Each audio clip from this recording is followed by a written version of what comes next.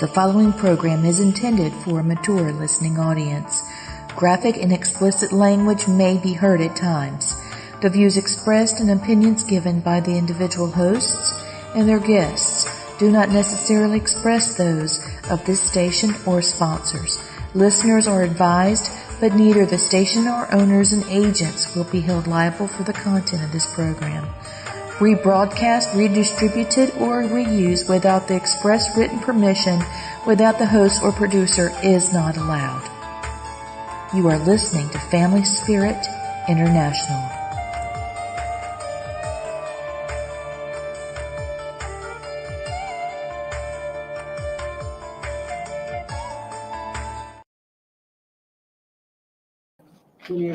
So hey everybody, this is going to be an interesting show.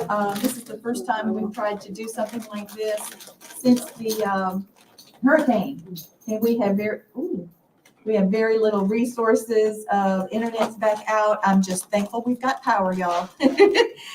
So tonight we have a very special guest. His name is Christopher Soucy, and he is the host of the most haunted city on the planet. And can you imagine the most haunted city on the planet? Now, what do you think is the most haunted city on the planet? Let's ask him. Let's ask Christopher. Here he is. Welcome to the show, Christopher. Hi, all. We have had quite the fiasco, but we made it. Hooray, Yep. hurrah. Here we are, present, yes. Okay, so I've got some people I'm going to add. Here's Crystal and Becky, Aaron, and here comes Gwen. And we're hoping that she's not upset now. Yeah. And here's Tracy. She's still loading.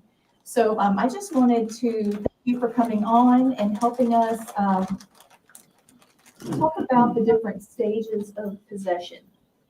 That's a very scary thing to talk about, and you have created a wonderful documentary on your show, on your podcast, talking about the stages of exorcism, the stages of possession, and then the exorcism of what happened with this poor person. So can you tell us a bit of how the case came to your hands? Yeah, absolutely. So we invite people to come onto our podcast all the time to share their experiences and to tell stories, and we seek out other influencers, people who have any media presence in the field of paranormal activity or paranormal investigation. And we had a friend of mine who is a local paranormal investigator come on and tell us about his most harrowing experiences. And he mentioned that he had this one experience where he uncovered what appeared to be a demonic possession of a home, and how it kind of escalated to the point at which he and his family felt the effects of being around this house and these people, to the point at which he felt that he could not safely continue helping these people directly without risking his family. And so it culminated in reaching out and getting a Catholic priest involved in finally coming in and doing a cleansing ritual for the home. And that was, it was a great story. It was very interesting. And what happened was the actual people involved, it was 3 girls who were college students living together in a house. They reached out to us and they were like, you know what?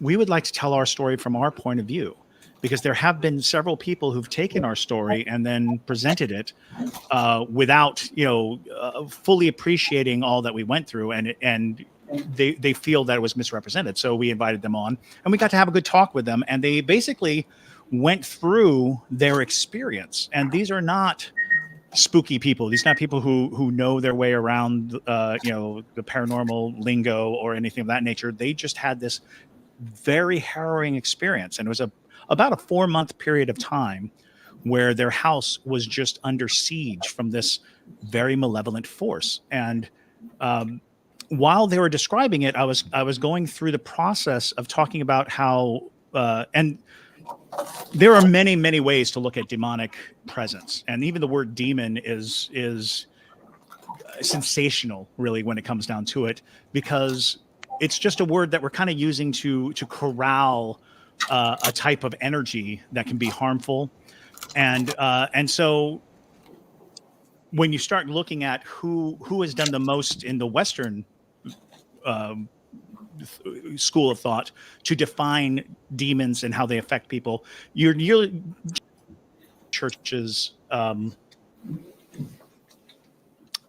sort of Sorry. oh, it's okay. Sort of the protocol of the Catholic Church on how they define and express what happens when a house is or people are under demonic assault.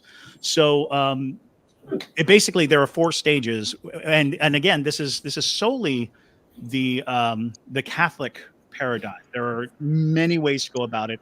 I do not suggest that there is only one truth when dealing with this kind of thing, but because there is a language, it's easier to talk about it that way. So there are these 4 stages that they like to speak of in order to evaluate whether or not you're dealing with a demonic presence. And the 4 stages are number 1, infestation, which basically looks like a haunted house. Strange sounds, things moving around, fleeting glimpses of things, uneasiness, all the sensations and things that you normally hear when anybody describes being in a haunted house. Then it moves on to oppression. Now, oppression is where the spirit is now directly interacting and directly kind of causing unsteadiness in the person. It is now actively preoccupying the people's time. They now are so aware of it that they're kind of off kilter and off balance. From oppression, you go to obsession. Demonic obsession is where you cannot function anymore. You can't actually do the tasks of your life because you're so distracted by the phenomenon that is now just endlessly, riddling your time, taking up your time, making you very exhausted, exhausting all of your mental faculties, and making you very vulnerable. And then after obsession comes possession. Possession is the last, where the demon actually can control for short periods of time the person. And people oftentimes mistake the idea of possession as the demon gets in you and is puppeting you around, and you don't, and you're nowhere to be found. That's not exactly what happens. What happens is those first 3 steps, the infestation, oppression, and obsession, are wearing you out, making you so tired and so unable to resist, that when the demon wants to influence you and try to make you behave in patterns contrary to how you would behave, and take control of you in these brief bouts of your weakness, that is when the possession comes in, and that is when an exorcism is necessary. Once you've passed over the threshold from oppression to possession, you can't rely on any other form of treatment as prescribed by the Catholic Church outside of exorcism.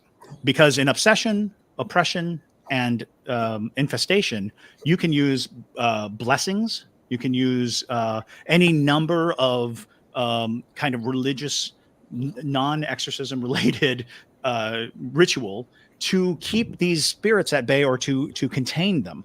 But once it's gotten to possession, it means that the spirit had been worn down so much that there's such a firm grasp on the person that it would seem the demon now has control.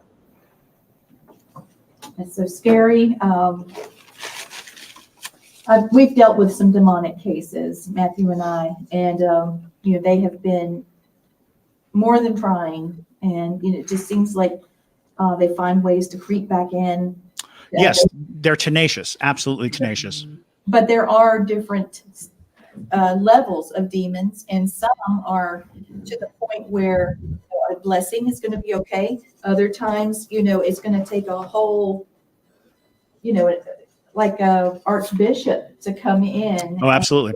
And then work with each individual person too, because if everybody's not on the same page, one person can have a failing moment, just a slight moment, and then the next thing you know, here we are. So, let it back in, and it'll come back even bigger. Are you guys ready to see his presentation? So I have to tell you, I don't think it's available.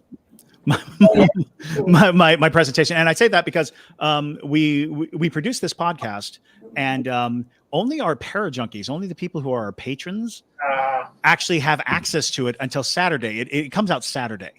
So right now it is kind of preloaded, and so our Parajunkies can see it. And our Parajunkies are subscribers who are subscribing through Patreon.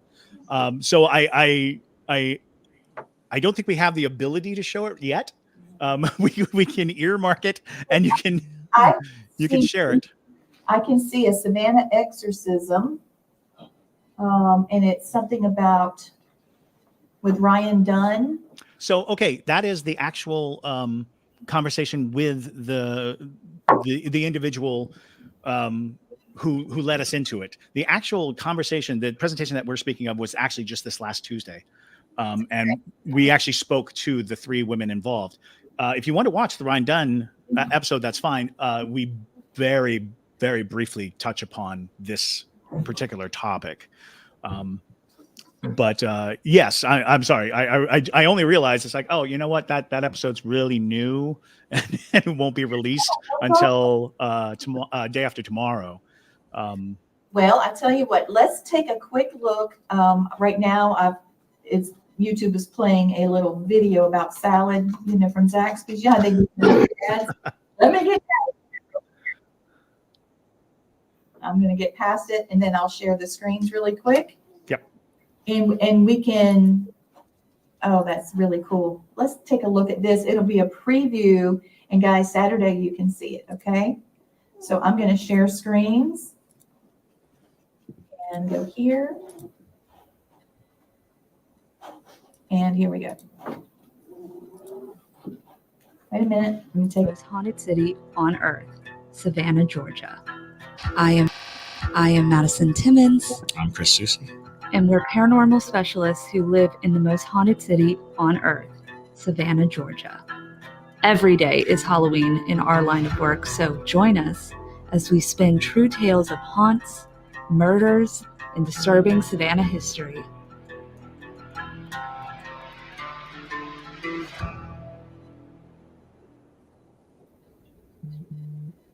I'm Madison. I'm Chris. And welcome to the most haunted city on earth. Boom. Hello, and welcome back to another episode of The Most Haunted City on Earth. My name is Madison Timmons. I'm Chris Susie. And JT, what's your name today?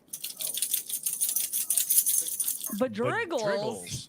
That's JT makes up a name that's not JT every single time we film. So he is Badriggles today over behind the camera. Badriggles the Mikeless. The Mikeless. It's a D&D name. But we are also joined by Ryan Dunn today. Ryan, would you like to say hello to the people? Hey, guys. So, yeah, thanks for having me. This is awesome. Yeah, no, it's exciting. Me and Ryan were in the trenches of the Ghost Tour Wars back in the day. Not the wars. Oh, there were wars. Let me tell you. Yeah. You can sell this $5 spatula on Amazon and compete with hundreds of other spatula sellers. Yeah, so I first met Chris, I think, Savannah Theater. Yep, We that's were right. filming there, me and my wife and our team, back in like 2011, maybe. Yeah, It's been a while. Wow, that's awesome. Yeah, we're really excited to have Ryan today. Next time, Ryan is on the show, he'll have his wife, Karen, who wasn't able to join us today. But we're really excited because Ryan's been in the ghost game for a while now. So we're excited to hear about his stories and his favorite ghost stories, as you will. Absolutely. Everybody's favorite segment. But Ryan, before we get into that, I do want to talk about your books that we have sitting here in front of us. For those of you watching on YouTube, we've got a couple of them right here. So Ryan, you want to tell us a little bit about that? Yes, so I've got Savannah's Afterlife 1 and 2 out now with Schiffer Books on Amazon, and it's basically about all the cases me and my wife did in Savannah. And the new one, St. Augustine's Afterlife, comes out in October. They just sent me the printed copy like 2 days ago, so I'm That's excited to fantastic. see. cool. That's exciting. I'm gonna Yeah. peek inside. Yeah, take it. Yeah, Yeah. So they hooked me up. It's the one copy, and they're like, "Oh, we got more coming in about 6 weeks," but they wanted to go ahead and send one just to show me what it was going to look like to play out. So Super cool. Fantastic. These are great books, by the way. I have the first Afterlife. I need to pick up the second one, but yeah, they're wonderful. sweet. Okay, cool. Yeah, it's our biggest thing is factuality. Me and my wife, years ago were doing investigations starting in 2010. And then we started taking some of the ghost tours to see about some new locations. Some of the stops they would go by were places we'd already researched. And the stories they were saying, we were like, yeah, this didn't happen. So that's how we got into doing tours. But our biggest thing is working with the Historic Society and talking about what really happened versus, urban legend. Sure. Which is fantastic because there are a lot of books on, Savannah or other haunted locations that there's some variation, which I mean, of course, happens with ghost stories, but I appreciate historical accuracy, if you will. But now, if people listening are interested in buying these books, where can they find them? Yeah, so my wife also has a store, The Other Side, spiritshop.com, and that has all the books for sale. If they want any signed copies, we can ship them out anywhere. She also sells a lot of witch items and things like Very that. So a lot of spiritual stuff. So we've got all kind. We're kind of all involved in the paranormal game, so it's fun. Absolutely, that's awesome. And you also host ghost hunts all around, right? Yeah, so we'll take host teams out and. Yeah, so we just got back in June, or last month rather, from St. Albans Sanatorium up in Radford, Virginia, and that was wild. A couple of people heard a lady screaming "Help me" in the hallway on location, and there was nobody screaming "Help me." We're in the bowling alley. They come running down, and they're like, "Hey, is everybody okay?" And we're like, "Yeah, why?" And they're like, "We just heard somebody upstairs screaming "Help me." So, and almost everyone got sick. And as soon as we walked out to the front porch, we were fine. Right back in the building, everyone was feeling just awful. So I think the building itself was kind of radiating a lot of energy on all the investigators. Right. Yeah, that's always the worst when that happens. It happened a little bit to some of us at the Waverly Hills Sanatorium. Some of us were just absolutely. feeling icky from it, but that also could have been because it's very dusty in there. But still, Yeah, there's like the sense of oppression that can because it causes a very specific type of sickness, queasiness maybe Right. is a better way to say it. An uneasiness that becomes physical, like a physicalized sense, and then when you get outside, it feels like you breathe again. Mhm. It feels like you can stand up straight. Yep. Because your muscles are all like. And then as soon as we go right back in, it's back again. Yeah. It's like, exactly. Yeah, that to me is very reliable equipment. Your body is the best piece of ghost hunting equipment available. You heebie-jeebies, goosebumps, all those things that come physically. It's like don't dismiss them simply because there's nothing to regard like lights lighting up or twitches on a needle. and that's a good point. We worked with Juwan Mass from Ghost Oh, yeah. Brothers back in Mhm. October, and we did the Juliet Gordon Low birthplace and the Telfair Museum. And he was even telling one of the kids, we did it for Make-A-Wish, and he was telling the little girl, he said, yeah, your best equipment's your body. So it's kind of cool. It's cool to hear from other people too. That's pretty accurate with the Ghost Brothers. They're big fans of the heebie-jeebie internal meter. Yep. Well, and that's an interesting thing too. I always the sidebar on the Ghost Brothers, because we're lucky enough to work with them regularly. Their ability to disarm a situation through humor and through keeping their spirit light Yep. really does help keep the hunt from becoming oppressive. Yep.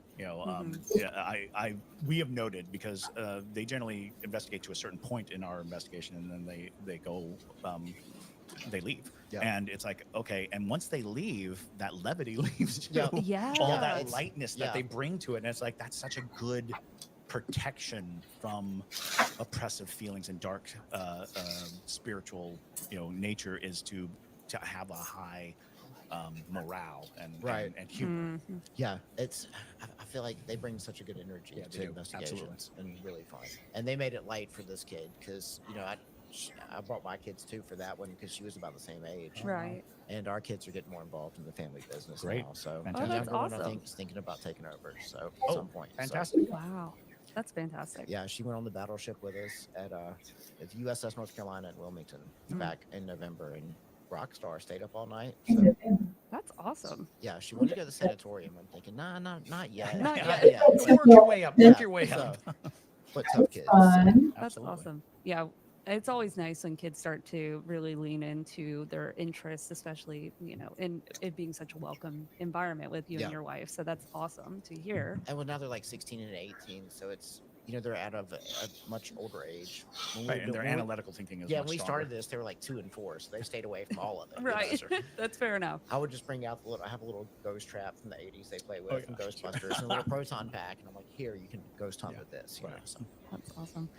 So, for those of you who are listening to this, we also are live streaming right now. And we have a few Parajunkies who are joining us. We've got EF Serenity, we've got Maggie, we've got Nikki. So, hello, y'all, for those of you watching on the live stream right now. For those of you who are not familiar, we do live stream most of our episodes while we're filming for the Parajunkies. And while we're on that note, we do want to say how great it is to be a Parajunkie. Basically, what a Parajunkie is, if you are brand new here, that is what we call our fans who are over on our Patreon. They named themselves. They did. We should. I would like to point that out. That they dubbed themselves Parajunkies. They've really doubled down on it too. So, but yeah, it's a really fun community over on Patreon. We've got group chats for like every subgenre of paranormal you can imagine. We've got lots of exclusive content. They get live streams weekly at this point. A lot of Discord with us, but also fellow enthusiasts in the paranormal. And if you are kind of teetering on the edge of whether or not you want to join us on Patreon, you can do a free week and see how you like it and then go forward with it. It's probably the best way you can support this show.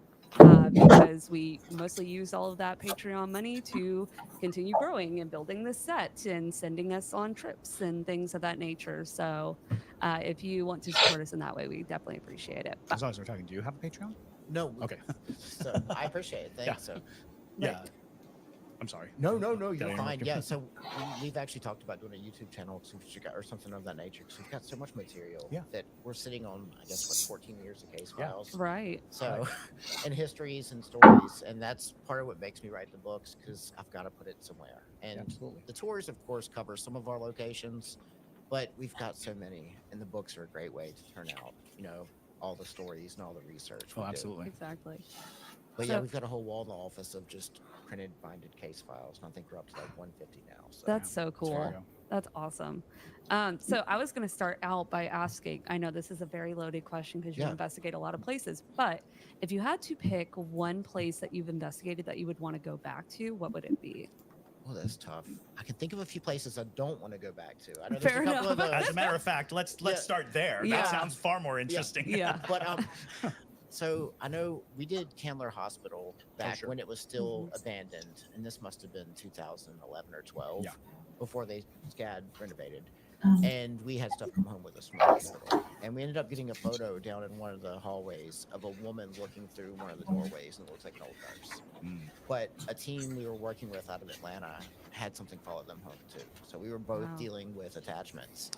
And it just felt evil. And we got down into the morgues and down into the Right. tunnels. And I've been in both, and some of the more interesting things is a lot of people don't realize that Candler building was an asylum for a while. It actually stopped being like a hospital that cared for people in the medical way and turned into a psychiatric Right. building for a while. It was Georgia Regional's office, and at a time when mental health was a burgeoning industry, Right, yeah. where there were still, it was like at the tail end of like lobotomy and into. So Yep.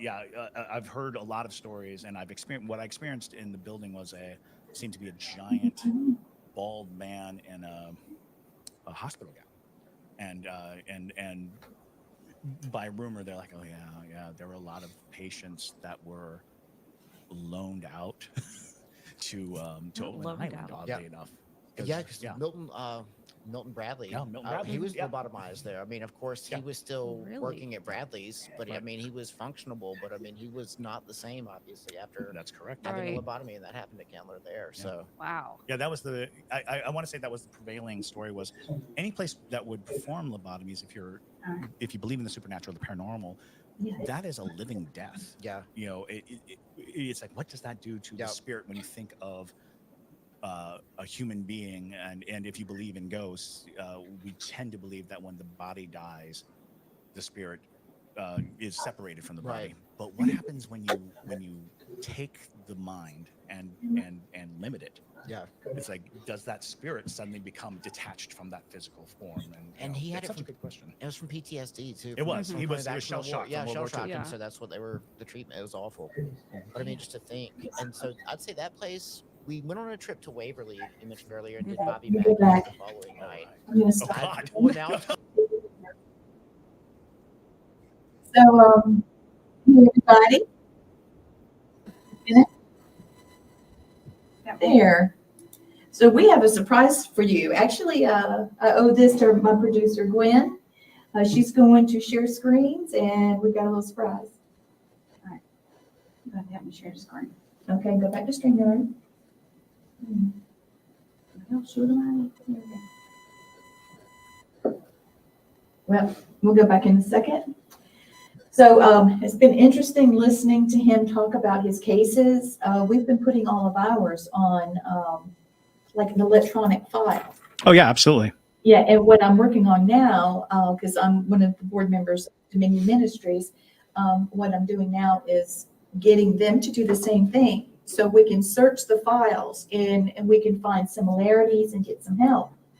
Okay, Gwen's back in now. Yeah. Share screen? Yes.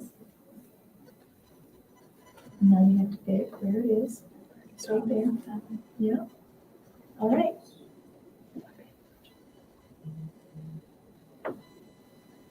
It's gonna go in a minute. It's right there. Just click on it once.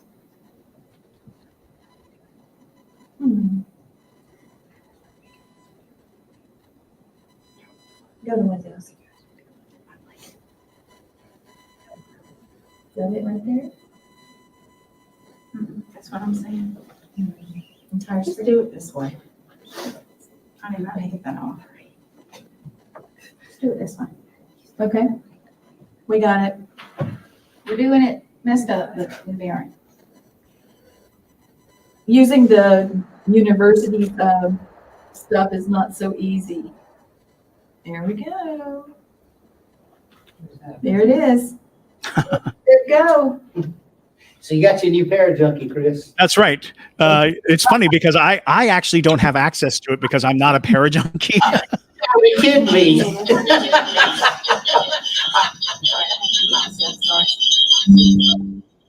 Here we go. Here we go.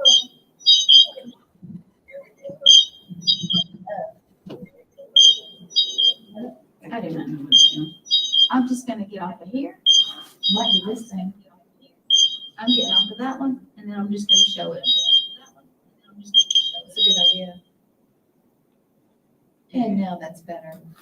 Now where did it go? Set it on the right tab. Now you got it. Our nerves are shot off. Our nerves are shot off shit. It just is. Here we go.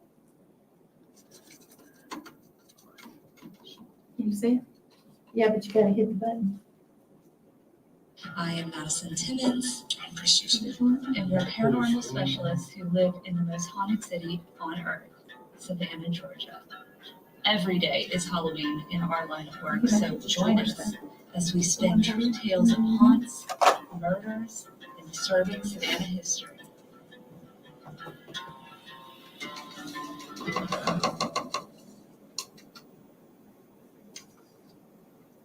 I'm Madison, and welcome to the most haunted city on earth. Hello, and welcome back to another episode of The Most Haunted City on Earth. My name is Madison Timmons. I'm Chris Susi. And today we are joined by three lovely members of the what is formerly, I guess, known as the Hagland case. You might have remembered it when we had Ryan Dunn on the show, and he had talked about his experience with the case. But today we have Kristen, Stacy, and Lindsay with us, and they're going to be telling us their side of their story. So thank y'all so much for joining us. Thank you for having us. Thank you for having us. Yeah. Awesome. Well, we're going to go ahead and just literally jump right on into it. So I guess the first part of the timeline is how did y'all meet and how did you get to Savannah? So actually, Kristen and I met back in 2012. We had a class together. And I generally, every time I talk about What's how we met, happening? I made a stupid joke in class and no one laughed except for her. And they were like, that's gonna be my best friend right there. That is And how then friendships are a year made. later, I don't know. a year later, we met Stacy. Kristen and Stacy actually had a class together, and Kristen didn't like Stacy because she was too quiet. No. And then the next She was quarter- judgy, okay? And then the next quarter, all three of us had a class together. I was like, no, she's just quiet, Kristen. She's great. And that's Stacey's how- also uber talented. Like Stacey is incredibly talented, and it was a 2D drawing class. So, you know, just being quiet and just being amazing in the class, everyone hated her. So we had another class, and it was another 2D drawing class. I was like, oh, that girl. So Lindsay was like, no, she's just quiet. I was like, okay, I'll give her a chance. Fair enough. Yeah. And then we actually went to Hong Kong together and did a quarter over there in college, and that's how we actually started living together. And then we came back to the States. We were very much on a very tight turnaround of finding a new house to live in for before the next quarter started, and that's actually how we landed in the house. So we moved in December of 2013, and we moved out in May of 2015. So about a year and a half we lived in the house. Okay. And where in Savannah, like you don't have to give the address, but where in Savannah in general was the house? In Savannah proper. We Okay. were in downtown Old Savannah. Okay, We were interesting. actually originally, we were in the Red District. I'm trying to think of the Laurel Grove Cemetery. Very close to where we are right now, so that's comforting. I think that was one question. He said, turn it up some.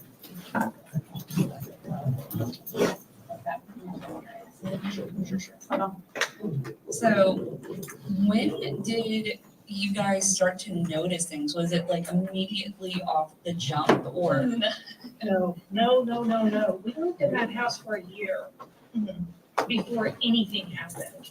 And it wasn't until February, and very specifically, actually near Stacy's birthday, that we ended up losing power, and almost immediately, excuse my French, shit hit the fan, literally.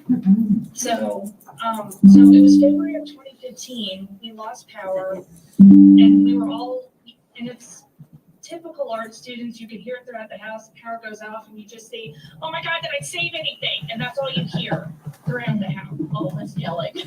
Gonna save my projects. Yeah, and we ended up actually collectively sitting in my room, waiting for the power to come back on. And Stacey, I want to say that you were trying to show us something on your laptop. Yeah, it was like, oh yeah, my laptop's charged. We're gonna watch like a movie or something. That's when we're like, before that though, we had went outside to see how far like the power was out and stuff. But it was only like our street and maybe the street next to us.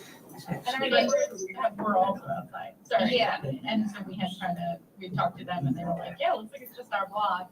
And then we had gone back inside, but while that was happening, I guess we left the door open, we didn't think about it, and we were out on the street talking.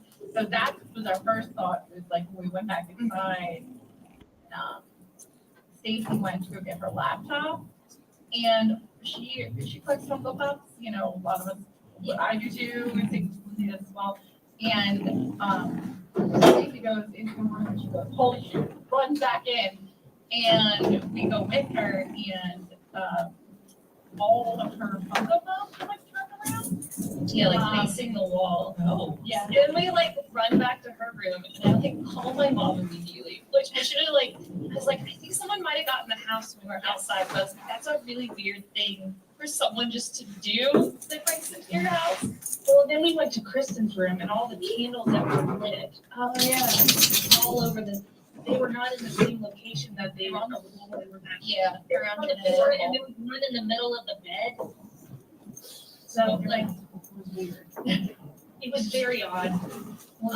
That would be That's so incredibly strange. strange. And it's so very like again, if you're to make a horror movie, that's it. That's how you do it. You know, That's right. because that's such a turn on it. And the interesting thing is a power outage in the middle of winter. There's a notion and a belief that if there are supernatural entities in the area, they can feed off of different power sources. And a lot of people believe that electricity is something that, and you hear all those things shows, oh, the battery, I just charged this battery and now it's dead. The idea is that the spirits can't consume electricity. And if you're in the middle of winter where there's no humidity to pull out of the air and you turn the electricity off, then the only thing left is humans, us. We become the source of energy for supernatural, presences. So it's an interesting thing because it is like, that's such a very significant thing to be able to say, I think it was this moment. And then when you go back and you listen to a lot of people's ghost stories involved things like, the reason the theaters are so haunted is because of the high power lights. There's electricity in some way of their spirits. But when they don't have it, they come to you. And I always tell people, if you want to go ghost hunting, go. Because the ghosts are likely to interact with you and try and get your energy. That because during the heat, they can feel right up here. That's the cold spot. Oh, there's a cold spot there. You feel this cold spot because it's drawing it right out of the air. So it's fascinating to be like, oh, that was a quick turnaround. Almost making you wonder if the blackout itself wasn't the cause of some kind of like disruption. Maybe a neighbor's house or a neighboring entity. Yeah. Overfed and then immediately. For years, I know that all of us had we had full blown anytime the power went out. Like it took a very I don't know, until I moved into my current house like 4 years ago, I still would literally sit in the corner and shake. I couldn't because not even at this time, in the story, this to us, we thought somebody was in the house, so back to the story, it's in my ADHD brain, it goes everywhere, I'm sorry. We all that's kind of You're on the ADHD, so you're good, don't worry about it. But yeah, no, so we had success. We went back into the room and shut the door, and we were kind of just we were outside, but it's not the best area, right? Also not horrendous, but it's not the best area. And we just thought this turned into something, okay, police, it's a silly thing to tell the police. We weren't sure kind of what to do, so I just had this USB rechargeable light, Panda thing, and I was holding it. Lindsay grabbed that, and we just walked through the house and we checked everywhere there possibly could be something hiding. It was a one-story house, and Louis' bedroom, so we're Louis' bedroom, my bedroom, and Stacy's. So on the same side of the house. So, we were it's pretty small. So, yeah, we found nothing and shut the door, and that was about it for the night. Yeah.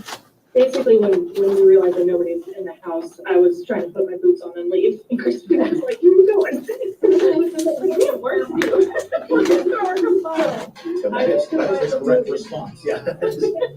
Oh, yeah. Very good. But it was the first one of these at any point in time. I was literally putting my boots and jacket on. I was like, I will survive. I make it to the credits. Exactly. Right. But once we took everybody out from their ledge, mostly me, nothing really happened. And then that weekend, actually, Stacy's family was coming down, and Kristen's family was actually headed to Disney World. So they stopped by while going to Florida. So everybody's parents except for mine were in town. And since it was Stacy's birthday weekend, she went out to dinner with her parents, and I actually tagged along with Kristen's parents to go out with them. And we decided for some odd reason, for one reason or another, we were going to go back to the house with Kristen's family and just kind of chill out and talk out of what, for whatever reason. And Kristen and I actually made it back to the house first prior to them. And we were walking in and we were telling jokes and we were laughing. And we're passing by Kristen's room because my room is actually at the back of the house. Kristen's room is in the middle. And Kristen opens her door and she has this giant, and she gasping and I turn around, I'm like, what's going on? And I look into her room, I'm like, I don't see anything. And I look up and on top of the ceiling fan is this rectangular object and the ceiling fan is just spinning. But the ceiling fan isn't on. And Kristen's like, what is it? I'm like, I don't know. So I go up on her bed and I take it down and it's actually the mirror that was on her wall behind us. And I go, don't aim it at me because if I see anything in that mirror, I'm out of this house. I'm done. I will never come back. And so I was like, how the hell did that happen? And Kristen's like, I don't know. I'm like, well, I don't know because no one's been in the house. And then while all of this is going on, her family shows up. Her parents walk in. They're like, what's going on? And we explained it to them. And then Stacy comes back with her parents, and her parents are actually staying at the house with us. And so we're all kind of a little on edge at this point because now the activity hasn't stopped. And everybody leaves except for Stacy's parents, and actually that night, her mom gets up in the middle of the night and she can't sleep for whatever reason, and she looks off to the side, and we had this box of Coke cans, and there was one Coke outside the box, and it just tips over and then pushes off the edge of the table. It's like rolls off. Yeah, it just rolls off. So, Such an insane amount of kinetic little experiences.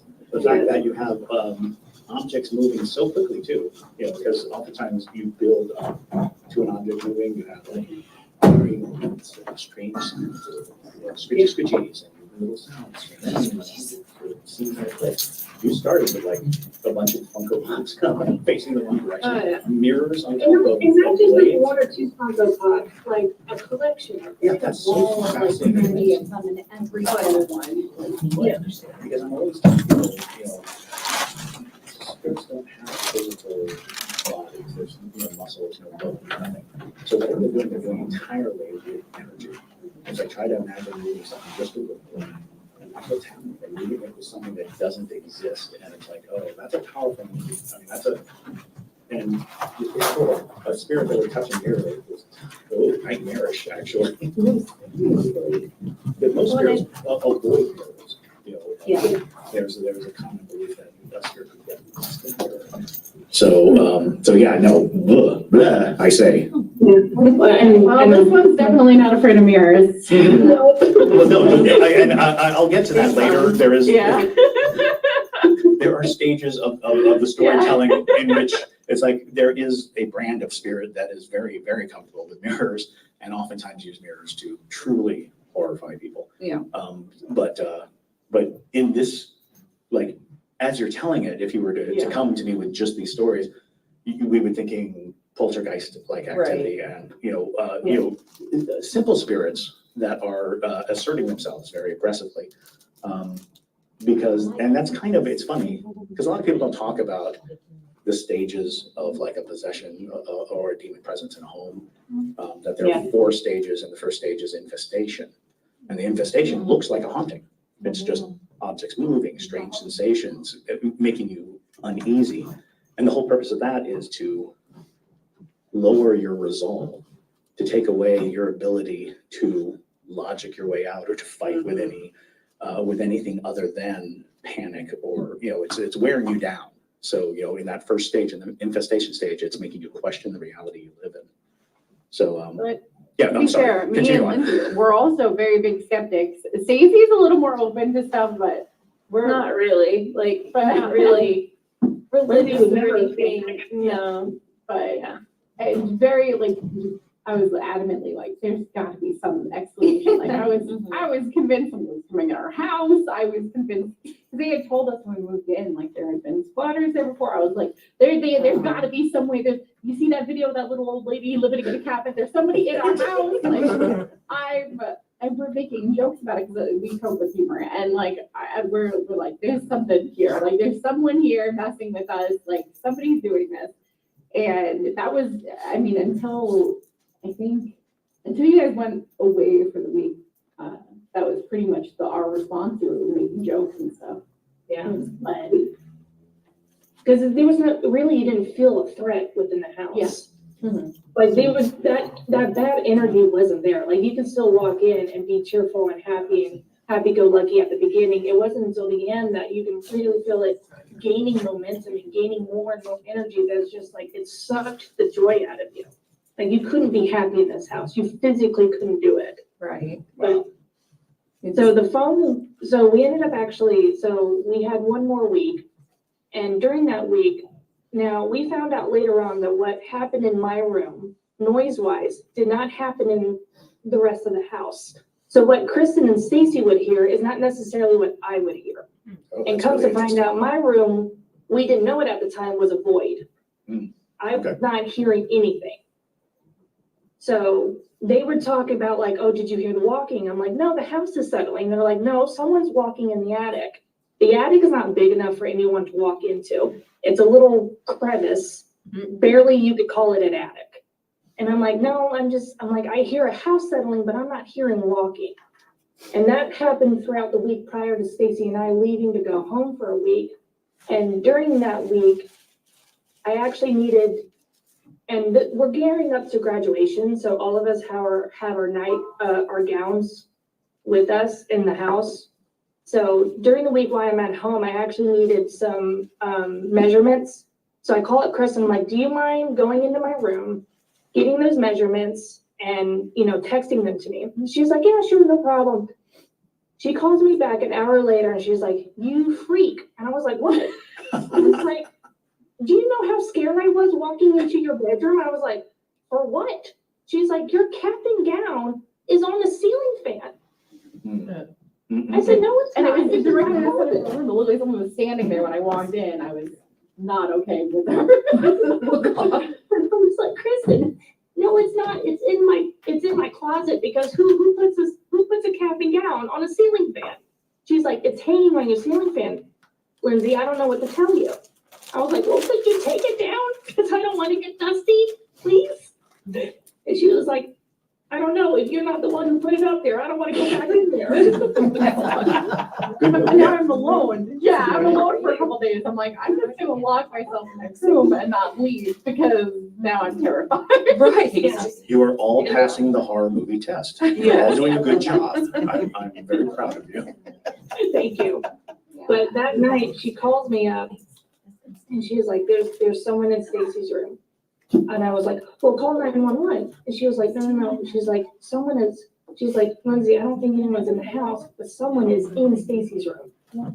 And I was like, well, what makes you think that? And she was like, well, there's humming. And it's really loud. It's really loud humming. And she puts her phone next to the wall that they share. So one side is Stacy's room, the other one is Kristen's. And she's like, can you hear? And I'm like, honestly, no, I can't. But can you call me, take a recording of it, send it to me, and then call me back? And she did, and on the recording, you can clearly hear a woman just humming her little heart out.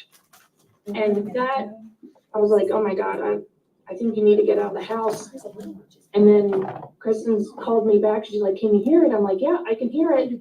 She's like, I tried to go up to the door.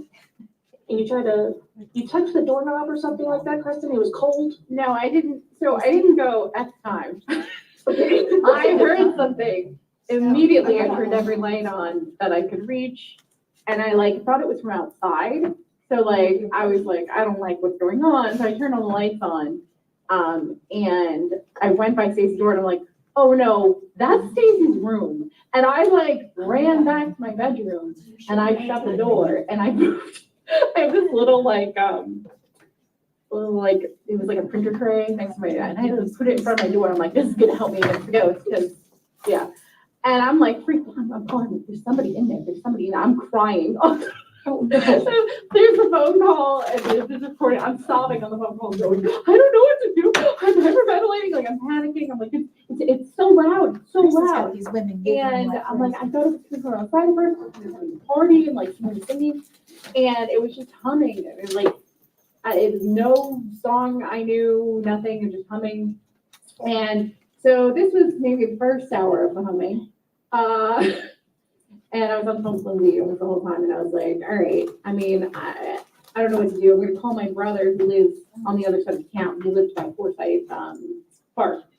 And so he's at a party, drinking. He's like, I'm gonna ride my bicycle over with my friend. I'm like, My all right. savior. Yeah. I was like, okay. So he's like, but it'll be like an hour and a half. I was like, okay. So I'm basically just sitting there, you know, I had called my parents. I'm like, can you guys hear this? Like, I don't want to be alone. And I think I ended up talking to my mom on the phone for, I don't know, a couple of hours while I waited for him. And it just got progressively louder and louder and louder. And then, so my brother shows up and I hang up the phone. I'm like, hey, you know, he's here. So he's like, I'm not coming to the door. I'm like, what? Like, I hear it from out here. I'm like, yeah, because her door's right next to the door. Like her bedroom is right next to my door. And he's like, okay, you need to come open the front door for me. And he's like, I'll come in. I was like, okay. And I open my door and all the lights are out. And I'm like, no, I specifically turned on every single light in this house. I'm not leaving. Can you open her window or something? And he's like, no. I'm like, all right. I was like, but you better be at that door. So I ran like as fast as I could to the front door, threw it open, and like walked out on the porch. And I was like, I don't want to go in. So he's like, no. And remember, he's a little bit drunk. And he's like, no, let's go in. This is my friend. He's really religious. Perfect. Like, Yes, every thank person you. I've ever met. Hi. So we go inside, and now the scene was like extremely loud, and they put their hand on the door, and it's like really cold. And they're like, it's so weird. It's like freezing. And they go to open the door, and the singing immediately stops. Immediately stops. Thing stops. We're all standing there, just going like. And he opens the door, and Stacey's room is destroyed. Everything's everywhere. I had heard no noise aside from the singing, but all of a sudden we hear like thumping, and then the whole room is like messed up. And we're just sitting there staring, and we're like, okay. So his friend grabs one of Steve's candles, lights it, and goes, no, you gotta confront it. And I'm like, you need to get out. Like, he's like, no. He's like, religious. I'm gonna say a prayer. It's gonna be okay. And I was like, okay. And they just start like, my brother's just like wandering around the room, like picking stuff up. And I'm like, I'm religious, it's fine. can we? So I'm trying to like clean up her room. Yep. And I'm like, I don't want to be in here. And he says like a little prayer or whatever, and then that was it. And they ended up staying the night, or my brother did, and his friend left on the bike. And my brother ended up staying the night and sleeping on the couch, and I slept on the other couch, and we watched movies and had all the lights on, and it was okay. But nothing else happened that night. But when we woke up in the morning, there was our dining room table was like behind the couches, and one of the chairs was pulled up right next to where my brother's head had been.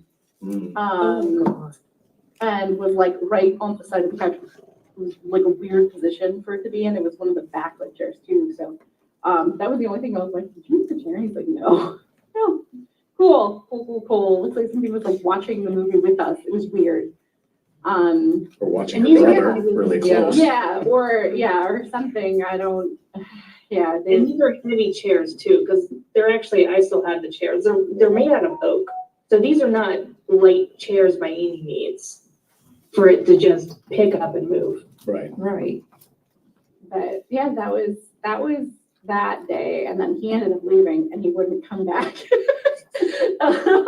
Understandably. Yeah. There you go. Yeah. That's how you get rid of a drunk preacher. But that unfortunately it's not the end of what happened that weekend. So I got really freaked out. At this point, I was not comfortable being in that house, but really didn't have anywhere to go. Everyone was out of town.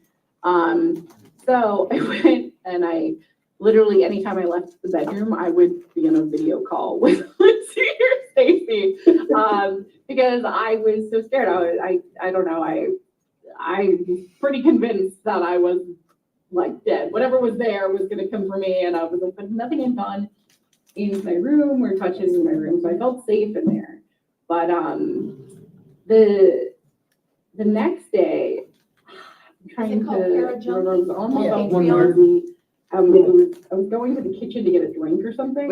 No, the back door. With Riley, her dog. He was telling me something, Riley. Saturday. And so she was on the phone with me, so the camera was facing out, so I was not looking at Kristen. And we were rounding the corner and I saw my bedroom, just, at the corner of my eye, my door was closed. And she was like, look at what Riley can do. And she showed me a trick that, whatever the trick was, I think it was like sit on command at that point. And I was like, well, what a good boy. And, she turns the camera back around, so now I'm facing her. And she's going back to her room, so she's going down the hallway. And she turns the corner, and I see behind her that my door is now wide open. And I see that because when you open my door, right there is my bed. And then there's the rest of the room, because I actually have the master. And I was like, my door is open and my bed is completely moved. And she was like, what do you mean? And she looks behind her, sees that what I said was true, hauls ass to her room, closes the door, and she was like, Lindsay, I swear to God, that door was not open. I was like, I know it wasn't open because I remember clocking it, especially after you told me everything that happened at Susie's room. So now I feel a little bit more protective of my room because I don't want someone going in there, but too late, someone did. And so I was like, do you mind coming out? And I'll be on the phone with you the whole time. Not the fact that I could actually do anything, but do you mind going into my room? Because I really would like to see what happened.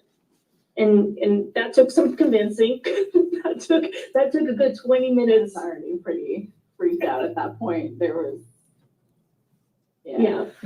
And so Kristen, being the hero, walked into my room and she showed me everything. And this thing, we thought that it was pissed at Stacy. It apparently had a big old grudge for me. My bed was completely just destroyed. It was moved. The headboard was moved. Sounds more like Blankets that were on my bed is now across the way. My graduation gown is back on the ceiling fan. The dresser was pushed to the side. And the clothes were just out and spewed everywhere. It was just completely messed up. And I was like, It sounds more like a. I guess I should stop making fun of it. That's what they said. They said initially it me, sounds like poltergeist. but When it gets to but the you know next what, she made me go stage, into the fourth room. stage.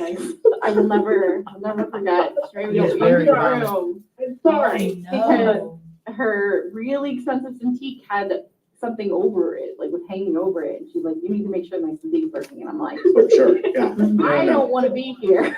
That's like, I'd like to leave. Ghosts be damned, make sure the equipment's still running. Leave. Yeah. That's still on there. So, I ripped the thing off and I was like, oh, it's fine, I'm out. I ran to my room, but all night, after that, I heard something and walking through the hall. All right, upside down. Can you guys see me? I just want to say thank you again to Christopher Susie and the most haunted city on the earth for allowing us to, yes, everybody clap, yay. If you would like to see this episode, you can go to his YouTube channel, The Most Haunted City on the Earth. And it's very easy for you Saturday to see it.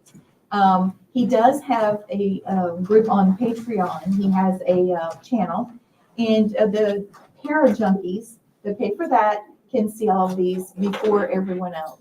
So thank you, Christopher, for being such a lovely guest. I'm sorry we had so many technical problems as we are still recovering from Hurricane Helene. Thank you to all the class. I'll send some pictures out of some of the paintings we did. I do feel like understanding the stages of the demonic possession it's hard to deal with, and you can't recognize it if you're going through it unless you know ahead of time. This case looks more like it's a poltergeist. But then after the stage that you saw tonight, it gets really intense. So please tune in to Christopher Soucy's YouTube channel on Saturday and see if you can watch the rest of the episode. While you're on YouTube, please go to Family Spirit 96 and subscribe to my channel too. We'll have Christopher back on as a guest, and so we'll be able to talk about some really awesome cases. All right, so that's all for tonight, and I thank you guys for Yay. watching. Yay. We made it. We made it! Woo! Thank you.